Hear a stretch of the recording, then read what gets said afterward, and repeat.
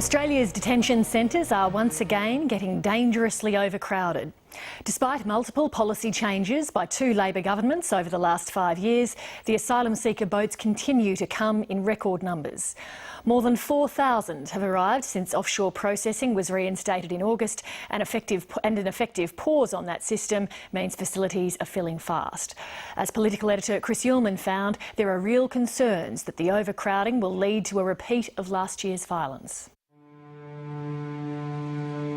We abolished the Pacific Solution. I'm absolutely proud of that.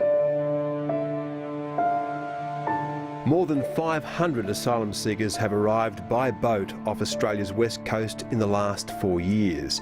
That makes 12,283 this year, nearly double the number that arrived in 2010, the former high water mark for irregular boat arrivals.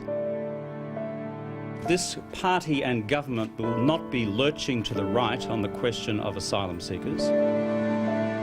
I have discussed with President Ramos Horta of East Timor the possibility of establishing a regional processing centre. If someone seeks to come to Australia, then they are at risk of going to Malaysia. In the 5 years Labor's ruled, 26,290 people have come.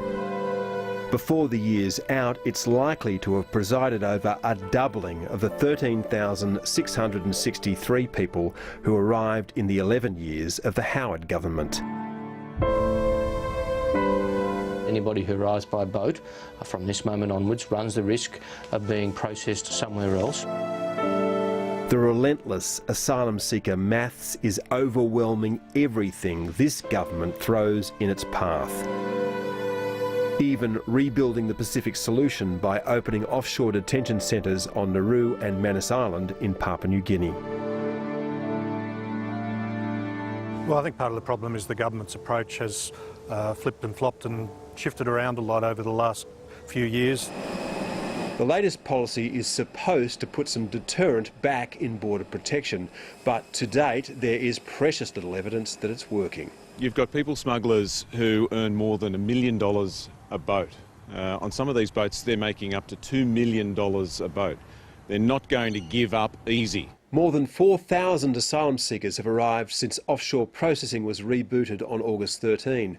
730 understands that none of them have been allowed to apply for a protection visa, given any one could be sent offshore. Very few have been.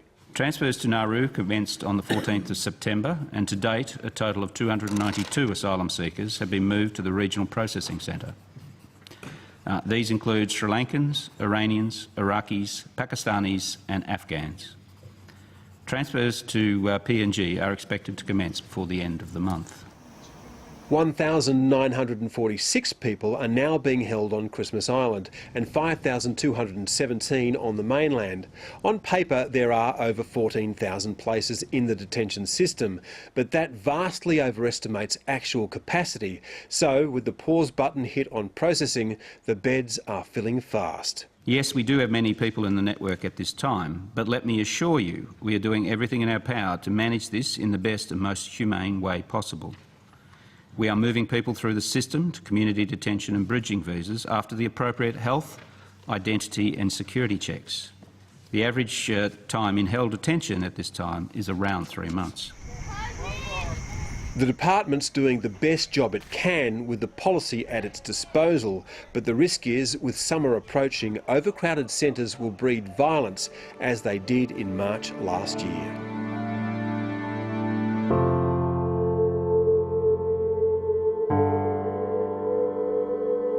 The reports into the violence that has occurred within our detention network before has pinpointed overcrowding as one of the factors that led to that violence. The centres are now more crowded than they ever have been. I think where pressure builds up and people lose a sense that their claims are being taken seriously, or the demands on staff as well as asylum seekers build, then ultimately you run the risk of it reaching a flashpoint.